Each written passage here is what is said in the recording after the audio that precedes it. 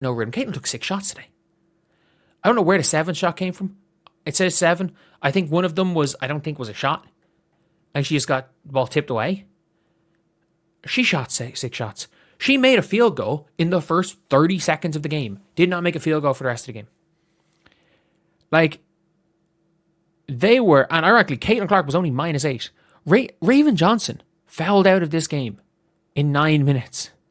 In 9 minutes of action, Raven Johnson fouled out of this game. Indiana Fever's loss to the Portland Fire may be the most structurally revealing performance of the season, not simply because of the result, but because of how quickly everything unraveled and why the Fever opened well, jumping out to an 8-2 lead within the first 2.5 minutes. Stephanie White then pulled her starting trio, Clark, Alia Boston, and Lexi Hall, sending in 3 bench placers while the team still held a meaningful early advantage. By the time the substitution registered on the scoreboard at 8-4, Portland had responded with a 15-2 run. The momentum was gone before the game had barely started. Raven Johnson fouled out of this game. Like, the only players on the Indiana Fever team that weren't embarrassingly bad is, I'll give credit where credit's due to Grace Van Sluten, who on this app is not even, apparently did not even see the floor. I'll give credit where credit's due to Grace Van Sluten. KK works hard, completely lost on the offensive end. But like, this is one of those performances where you look at it and you're like, something's wrong. Clark checked back in shortly after, immediately picked up a foul, and spent the remainder of the game in rhythm-disrupting foul trouble. She attempted 6 shots, made 1, a field goal in the opening 30 seconds, and did not score from the field again. Despite that, Clark was only a -8 on the night, which, in the context of the overall performance, was not among the worst individual numbers. Raven Johnson fouled out in 9 minutes of action. Lexi Hall was scoreless. You're like, something's wrong. Something's wrong. I don't know if it's a coach issue. I don't know if it is like, it was only a 16-point game. It was only a 16-point game, which is madness because the end of the game didn't matter. Let's just look at the underlying stats. The underlying stats actually have it as a 16-point game. But I'm going to rant about Stephanie White in a little. Kelsey Mitchell and Boston posted visible counting stats, but critics noted those numbers came in stretches that were already decided, giving them the look of garbage time accumulation rather than competitive production. Sophie Cunningham hit shots late under similar circumstances.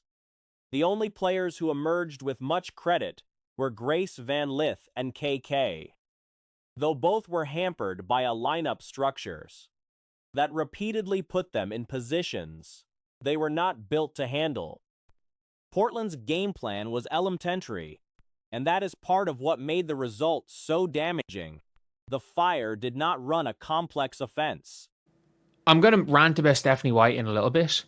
If this was an NBA team and they came out with this performance, based on, there should not be loyalty towards Stephanie White. She's been there for a year. If this was an NBA team and they put out this type of effort in back-to-back games, like, the coach would be fired, or there would at least be conversations about the coach being fired. And I think there has to be at least conversations had. They exchanged positions, manufactured mismatches through patient movement rather than hard screens, and then either attacked on the perimeter or dumped the ball inside, depending on what the switch gave them. When Indiana doubled, Portland kicked to open shooters. Megan Gustafson again shot at near-perfect efficiency, finishing around 100% from the field, because nearly every touch she received came as an open layup or with a severe size mismatch guarding her. None of that is the fault of individual Fever players. It is the product of a defensive scheme that consistently places undersized defenders in positions they cannot win. The most pointed criticism of White's tactical decisions centers on how she handled the double team on Clark. About whether or not you fire Stephanie White after this game, because this was all her. Like, I think this is all her. Like, the Indiana Fever in the first quarter, it was a 6-point game, and the Indiana Fever had on the floor Kelsey Mitchell, Raven Johnson, KK Timpson, Grace Van Slooten, and Sophie. Portland was trapping aggressively, and White's response was to remove Clark from the point guard position to limit turnovers. Clark did finish with just 1 turnover. The team finished with 17. The argument being made is that even when Clark's individual ball handling creates some risk, the offensive gravity she generates, and the advantages that come from defenses loading up against her, make it net positive for the team to keep the ball in her hands. Grace Van Slooten and Sophie. KK and Grace Van Slooten were the 2 post players. Grace Van Slooten and KK were the 2 post players in the first quarter at the same time, because Steph White didn't want to move out of her rotations. It's bad. It's really bad. And look, the Fever are 500, but have had the easiest start for the year. They lost to Portland. They literally made, Aaliyah Boston had the fakest 18-point game I've ever seen. Kelsey Mitchell. Instead, Clark spent significant portions of the game functioning as a decoy, drifting without meaningful responsibility, while a system built around her strengths essentially went unused. Aaliyah Boston also left the game with an injury, reportedly sustained during a stretch where the outcome was no longer in question, a detail that drew its own share of criticism regarding lineup management in the final minutes. Indiana is currently outside the playoff picture, and the underlying numbers suggest the margin is not as comfortable as even a 16-point final score might imply. The shots that Portland made were not difficult. Kelsey Mitchell was complete and utter dog shit. Like, appreciate that, Danny. Really, thank you for $5. Kelsey Mitchell Kelsey Mitchell is going to put up an empty point. This is Kelsey Mitchell pre Caitlin Clark showing up, where the team is complete and utter garbage. She's going to score 18 points and the efficiency is not going to look too bad. And you watch the game and it's like, this player stinks. Like, Lexi Hull, 0 points. Sophie at 15. She hit a lot of shots in garbage time. MHA, I thought. The defensive breakdowns were not random. They were systematic, repeated, and predictable. The kind that point not to effort or personnel limitations alone, but to a scheme that is not working and has not been corrected across multiple games. The Indiana Fever's loss to the Portland Fire has been described as one of the more damaging performances in recent franchise history, and the fallout is landing squarely on head coach Stephanie White. The game was not close. 0 points. Sophie at 15. She hit a lot of shots in garbage time. MHA, I thought, was okay. Raven was awful.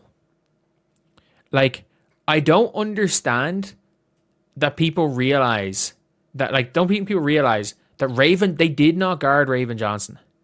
They decided that they were actually going to just let Raven Johnson do whatever she wanted. They said they were going to let Raven do whatever she wanted. They played sweeper. They played Emily Enksler when Raven Johnson was on the floor as a sweeper. Indiana shot 9 of 29 in the first half, just 31% from the floor, and 1 of 10 from three-point range, and trailed by 30 at the break. It only deteriorated from there. The game was effectively over midway through the third quarter, yet starters were kept on the floor long enough to accumulate individual statistics. Network television for the entire country to see. Congratulations, Indiana Fever. You have hired a coach that has regulated Caitlin Clark into what? The third best player on the team? A character actor? You're trying to turn her into a character actor? It's working. Caitlin Clark came out once again with her hair on. Clark came out of the opening tip playing with urgency and aggression, and White pulled her almost immediately. From that point forward, the Fever never established control. The sequence fits a pattern that has emerged across multiple games this season. Indiana builds momentum with Clark on the floor. She is removed from the game, and the lead disappears. That the same approach was applied from the opening minutes of this game. Against a team with fewer resources and less experienced personnel is what has made the reaction so sharp. And with her hair on fire, Stephanie White benched her. What are we doing? By the way, expansion team officially has a better record than the Indiana Fever.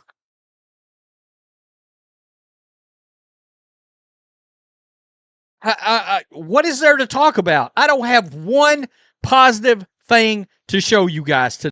White's reputation as a defensive-minded coach is taking direct hits. The Fire outworked, outran, and outcompeted Indiana across all 4 quarters, getting beaten to loose balls, giving up second-chance opportunities, and failing to match an expansion team's intensity are outcomes that reflect preparation and culture as much as personnel, areas that fall under the coaching staff's responsibility.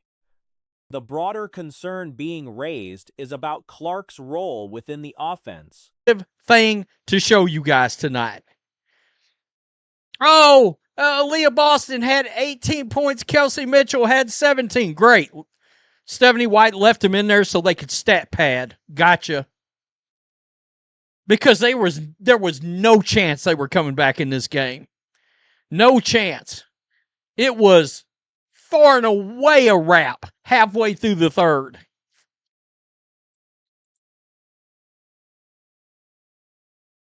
A video surfaced of Clark discussing the need to get the ball into the post, language that reads to some observers as a player describing a system that has constrained her rather than one built around her strengths.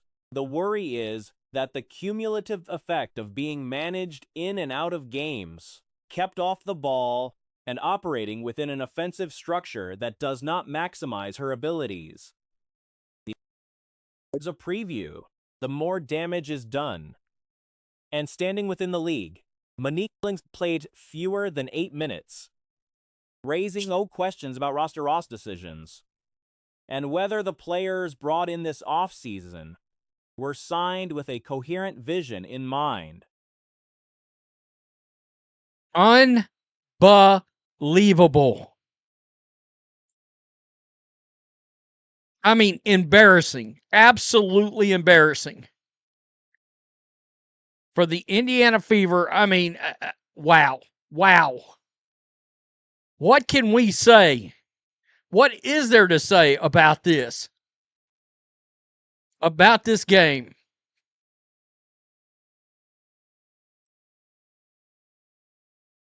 Alia Boston finished with 18 points, and Kelsey Mitchell added 17, but those numbers came in a game that was long out of reach, which stripped them of meaningful context. The Indiana Fever social media activity during and after the game reflected the fan. Look at this, folks. Fever in the first half versus the Fire. 9 of 29, 31%, 1 of 10 from three-point range. They were down 13 at halftime, and it only got a hell of a lot uglier from there. Guys, there may be 3 days worth of nuclear fallout after this. I posted this on X way early. Let's say the Fever come back. Is it really a win? I mean, yikes. They never should get dragged like this by an expansion team. Hell, I posted that in the second quarter. There are no excuses. If the WNBA / Indiana Fever Media is not riding Stephanie White's ass, they're all officially joked. Take your credibility, build yourself a nice little pile, and light it on fire. If any creator tries to tell you, oh, it's one bad game. Nah. This, folks, is a trend. Stephanie White, your defensive guru status is burning in a fiery hell right before our eyes. The W360, I'm a huge fan of CJ. Go subscribe to her YouTube channel. Bro, what the hell is up with the sub timing? Why the hell is AB and CC sitting so long early? God only knows. Like I said, Caitlin Clark came out like her hair was on fire.